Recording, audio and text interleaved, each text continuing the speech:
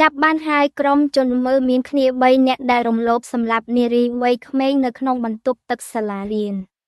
អនុវត្តតាមបទបញ្ជាផ្ទាល់របស់ឯកឧត្តមឧត្តមសេនីយ៍ឯកជួនណារិនអគ្គស្នងការរងនិងជាស្នងការនគរបាលរាជធានីភ្នំពេញកម្លាំងជំនាញអធិការដ្ឋាននគរបាលខណ្ឌព្រែកភ្នៅសហការជាមួយកម្លាំងជំនាញផានការងារនគរបាលព្រហ្មទណ្ឌនៃស្នងការដ្ឋាននគរបាលរាជធានីភ្នំពេញបានបំបែកសំណុំរឿងករណីអំពើឃាតកម្មដោយមានទារុណកម្មអំពើឃោរឃៅឬអំពើរំលោភសែបសន្តវៈយកថ្នាំងងុយដេកដាក់ក្នុងភេសជ្ជៈឲ្យជនរងគ្រោះផឹកហើយរំលោភសម្លាប់ប្លន់យកទ្រព្យសម្បត្តិជនរងគ្រោះបង្ក្រាបឃាត់ខ្លួនជនសង្ស័យចំនួន3នាក់នៅថ្ងៃទី21ខែឧសភាឆ្នាំ2025វេលាម៉ោង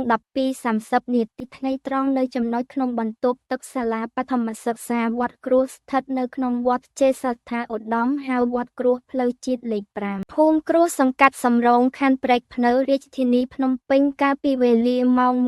1:27 នាទីយប់រំលងអាត្រៀតឈានចូលថ្ងៃទី21ខែឧសភាឆ្នាំ2025ចាញ់រងគ្រោះមានឈ្មោះវុធីលីណាភេទស្រីអាយុ15ឆ្នាំជនជាតិខ្មែរសញ្ជាតិខ្មែរមុខរបរនៅផ្ទះទីលំនៅផ្ទះគ្មានលេខភូមិគ្រួសង្កាត់សំរោងខណ្ឌព្រែកភ្នៅរាជធានីភ្នំពេញស្លាប់នៅកន្លែងកើតហេតុជនសង្ស័យមកមានចំនួន3នាក់ឃាត់ខ្លួនបានទី1ឈ្មោះទៀនផារ៉ែតភេទប្រុសអាយុ15ឆ្នាំជនជាតិខ្មែរសញ្ជាតិខ្មែរមុខរបរមិនពិតប្រាកដទីលំនៅផ្ទះគ្មានលេខភូមិដួងសង្កាត់ព្រែកភ្នៅខណ្ឌព្រែកភ្នៅរាជធានីភ្នំពេញឃាត់ខ្លួនរួមគំនិតសម្លាប់ទី2ឈ្មោះបូឧត្តមភេទប្រុសអាយុ16ឆ្នាំជនជាតិខ្មែរសញ្ជាតិខ្មែរមុខរបរមិនពិតប្រាកដទីលំនៅផ្ទះគ្មានលេខភូមិដួងសង្កាត់ព្រែកភ្នៅខណ្ឌព្រែកភ្នៅរាជធានីភ្នំពេញឃាត់ខ្លួនរួមគំនិតសម្លាប់ទី3ឈ្មោះសុកច័ន្ទសវណ្ណសិង្ហភេទប្រុសអាយុ18ឆ្នាំជនជាតិខ្មែរសញ្ជាតិខ្មែរមុខរបរមិនពិតប្រាកដទីលំនៅផ្ទះគ្មានលេខភូមិដួងសង្កាត់ព្រែកភ្នៅ